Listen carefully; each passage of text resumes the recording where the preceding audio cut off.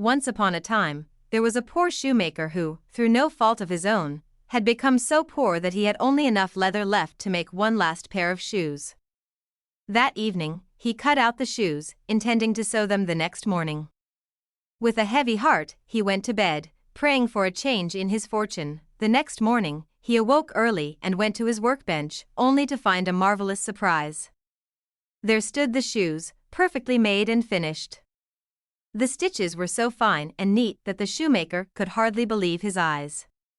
Soon after, a customer came in, admired the shoes, and bought them for a good price. With the money, the shoemaker was able to buy enough leather to make 2 more pairs of shoes. That evening, he cut out the leather for the 2 pairs of shoes and went to bed, intending to finish them the next day. Once again, he found that the shoes had been beautifully made during the night. Customers soon bought those shoes as well, and the shoemaker was able to buy even more leather. This continued for some time.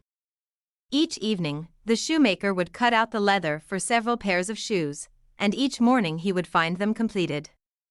Soon, the shoemaker and his wife were no longer poor, and they lived comfortably. One evening, just before Christmas, the shoemaker said to his wife, "I want to stay up tonight to see who is helping us."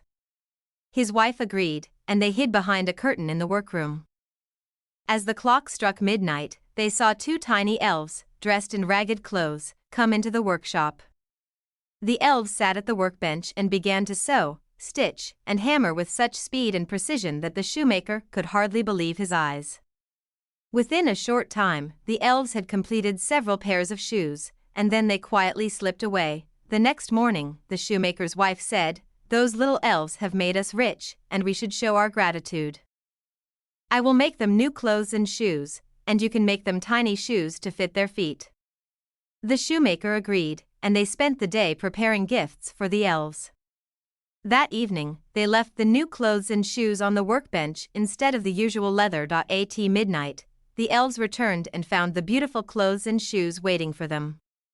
They were overjoyed and quickly dressed in their new outfits.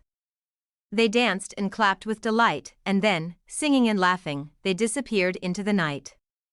The shoemaker and his wife never saw the elves again, but from that time on, they prospered in everything they did, and they lived happily ever after.